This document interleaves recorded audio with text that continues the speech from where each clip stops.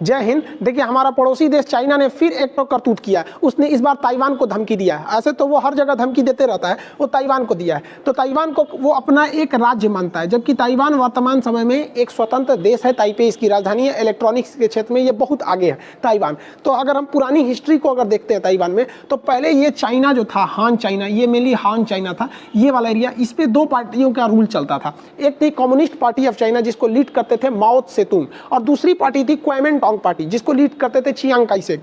तो क्वामिंटांग पार्टी का पहले पूरा रूल था, लेकिन जो कम्युनिस्ट वाले थे इनको मार मार के भगा दिए सब। तो इन्होंने कहा कि भाई एक काम करते हैं, हम लोग शरण ले लेते हैं ताइवान पे जाके। तो इन्होंने ताइवान पे जाके शरण ले लिया, और इनका कहना था कि भैया ये पूरा मेरा चाइना है, जबकि कम्युनिस्ट का कहना है कि भैया हम तो ऑलरेडी, मेरे पास ये है, ये भी मेरा है। तो ये ताइवान के लोगों से शुरुआत में बहुत बड़ा मिस्टेक हो गया कि वो लोग यहाँ से रह के इसको कहते थे कि ये पूरा मेरा है, और कम्युनिस्ट वाले कहते थे ये पूरा मेरा है।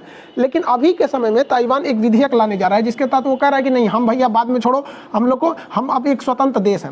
तो उसका कहना है कि जिस दिन वहाँ के संसद से ये प्रस्ताव पारित हो जाएगा कि ताइवान एक स्वतंत्र देश है, तो बाकी सारे देश उसको मान्यता देने लगेंगे, और चाइना का एक बहुत बड़ा सपना टूट जाएगा। क्योंकि चाइना की हमेशा से हड़प नीति रही है। 1959 में इसने तिब्बत को कब्जा कर लिया, 1962 में अक्साई चीन को कब्जा कर लिया। अब इधर भारत को उलझा के रखे है कि वो अरुणाचल प्रदेश को लेकर, अगर ताइवान इस पर कब्जा कर लेते हैं, चाइना कर लेता है, क्योंकि चाइना ने एकदम ओपनली कहा है कि अगर संसद में ये प्रस्ताव को लाएंगे तो हम आपके ऊपर युद्ध थोप देंगे।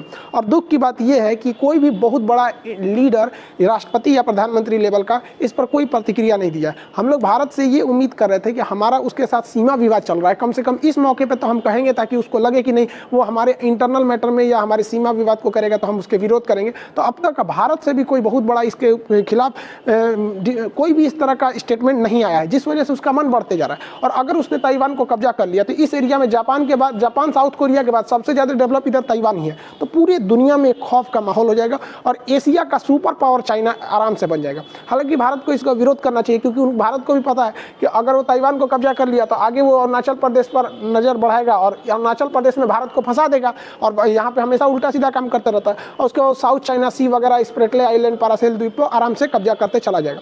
हालांकि भारत को ताइवान से अच्छे रिश्ते बनाना बहुत ज़्यादा ज़रूरी है, क्योंकि ताइवान हर उस चीज़ का सब्स्टिट्यूट है जो चाइना से आती है। चाइना से जितनी, चाइना के सामान को हम लोग क्यों नहीं बाइकआउट कर पाते? क्योंकि चाइना वो चीज़ों को सस्ते देता है, सेम रेट में वही चीज़ ताइवान हम लोग को दे देता है। लेकिन हम लोगों से एक बहुत बड़ी गलती हो जाती है, क्योंकि हम लोग वन चाइना पॉलिसी को फॉलो करते हैं। नेहरू से लेके मोदी जी तक जब भी चाइना जाते हैं या चाइना से कोई भी व्यापार करना रहता है, तो एक समझौता होता है जिसे कहते हैं वन चाइना पॉलिसी, जिसके तहत कहा जाता है कि चाइना एक है, मतलब ये चाइना है, ये ताइवान इसी का एक पार्ट है। जिस वजह से हम लोग यहाँ से सामान को नहीं खरीद पाते हैं, तो हमें डबल लॉस होता है, एक व्यापारिक लॉस होता है, एक उसका मनोवैज्ञानिक लॉस होता है। तो हम लोग को तो ताइवान को मान्यता कब का दे देना चाहिए, क्योंकि वो एक सर, अब खुद देखिए किस तरह से उसकी मन बढ़ी है कि अरुणाचल प्रदेश एक स्वतंत्र देश हो, हमारा अपना राज्य हो के कहता है कि मेरा है, और हम लोग उसका विरोध नहीं कर पाते, जबकि ये पूरी दुनिया जान रही है कि ताइवान एक स्वतंत्र देश है। हम लोग भी इसका विरोध नहीं कर रहे हैं। हालांकि ताइवान देखेंगे तो ताइवान, इधर ताइवान के राष्ट्रपति भी जो हैं वहाँ पर काफ़ी खुल के विरोध किया है। ज्योग्राफिकली देखेंगे तो ताइवान में ये पहाड़ वाला एरिया है। आपको ज्योग्राफी के नक्शा में पढ़ाए थे कि ब्राउन कलर का एरिया पहाड़ का होता है। तो ये बहुत ही छोटा लेकिन बहुत संपन्न देश है।